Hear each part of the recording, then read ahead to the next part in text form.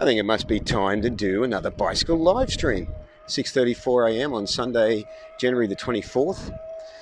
And it feels like ages since I've done one because we've had wet weather and haven't been able to ride the bike, and probably only been 2 weeks, but anyway, I'm back. He's back. So, ridden about 30 kilometres this morning up at Broadbeach Waters, and just return leg home. So just wanted to get some audio feedback as well, if anyone wishes to give me some, and see that this lapel mic is doing its job correctly.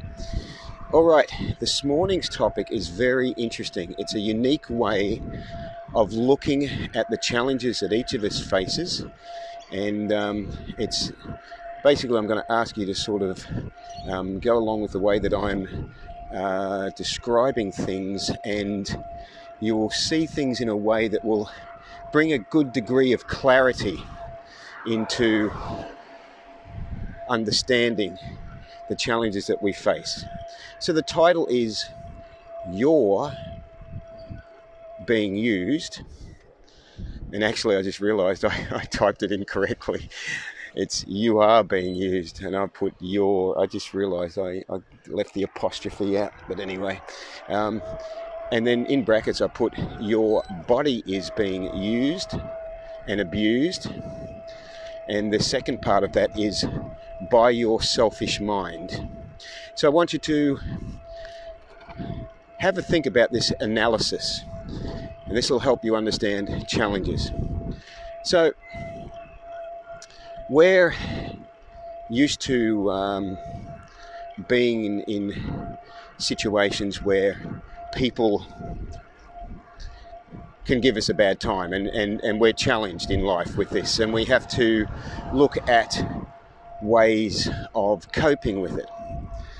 But what I want you to think about this morning is I want you to think about your mind as not being you, as being separate to you, and as using and abusing you through your body.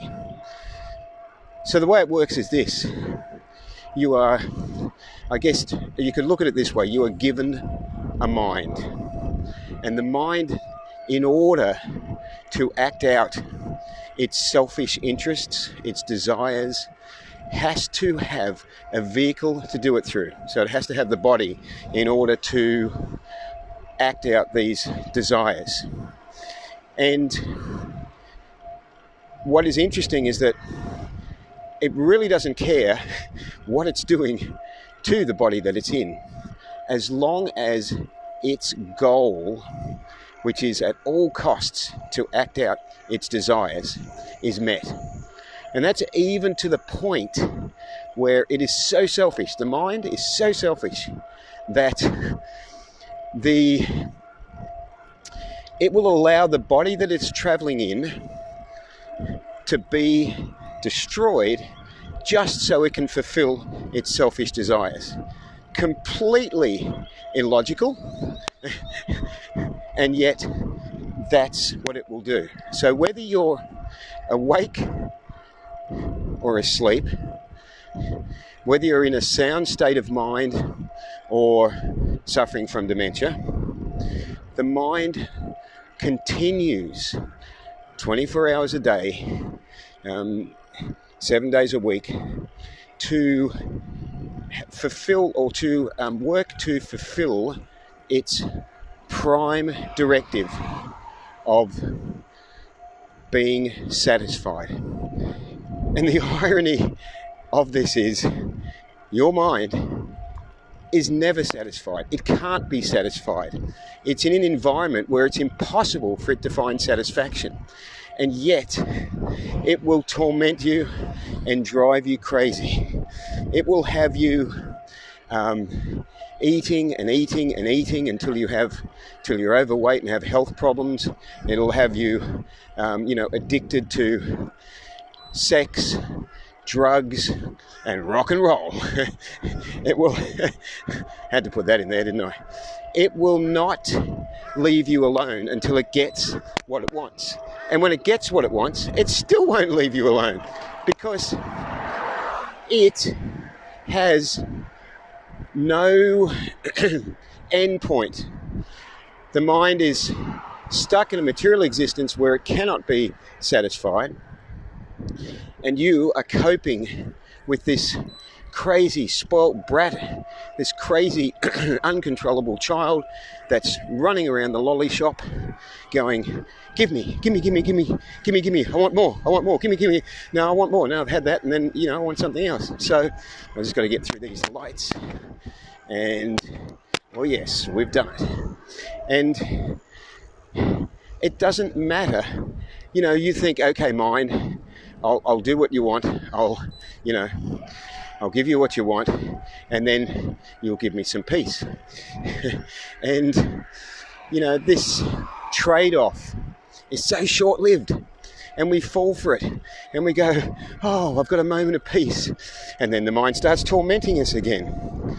So it's impossible for your mind to be satisfied, because if you like to think of this analogy, it's like having your hand in a glove, and you're trying to feel things through the glove, and you can't really feel them very well. Well, the mind's sort of like that. It's trying to find a material satisfaction that doesn't exist. And so it is always in a state of flux and activity, trying to, find a peace and a calmness. And so, as I say, in order to do this, it can't do this, it essentially can't do this outside of the body.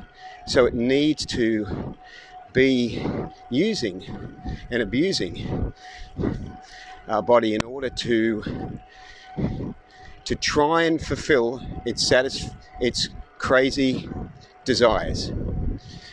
So this helps when you understand that the mind is not you, that it is someone coming along for a ride, that you are the spirit soul within.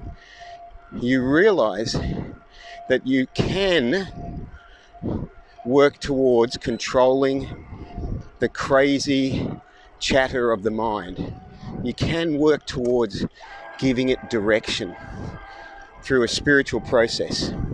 Now, it's interesting how this also ties in with all the conspiracies that we've seen come up in the last year especially, because they are a result of a mind that is using and abusing the body that it is travelling in, not giving any peace or any logic to the person whom the mind is attached to. And so not only does the mind then come up with all these crazy conspiracy theories, but then you sort of get people following them along and then realising that they weren't actually real in the first place, which, the reason I bring that up is because I read something yesterday where some of the people that believed in the QAnon conspiracy have said things like, I can't believe we've been played. Well, yes, you have been played, because your mind needed some form of satisfaction, some form of titillation, some form of excitement to keep it occupied. And that's what it went along with. It doesn't matter that it was actually completely incorrect and completely ridiculous and illogical, but the mind just needed something to keep it active. Now, another thing to keep in mind, get it? Another thing to keep in mind, that was a pun that just came up, is that the mind, if it doesn't have a body to act through with its desires, can, in certain circumstances, try to attach itself to an entity. Let me explain that a different way. Let's talk about ghosts, put it that way, disembodied spirits that have a desire to act out their desires. They have a desire to act out their desires. They need a body to do it with, which is why they can look for a susceptible person to possess. And this becomes, the body of that person becomes a host in a sort of a symbiotic connection with a mind that needs a body in order to act out its desires. And it's quite a scary scenario to be in, and one that can be avoided when our focus is holistic and spiritual based rather than material based. So I hope you've got something out of this. I hope this made some sense. Hope the audio was okay. I haven't had any feedback, but I'll play it back in a minute and see. I hope that's given you something to think about, that your mind is not you, and it will torment you if you don't bring it under control. If you don't control your mind, it will control you. So we need to put our energy into ways of controlling our mind, and the most successful way of doing this, used by the wise sages over millennium, is spiritual processes to calm it down and bring it back under our control. So have a great Sunday, live vegan and save lives, and I'll speak to you soon.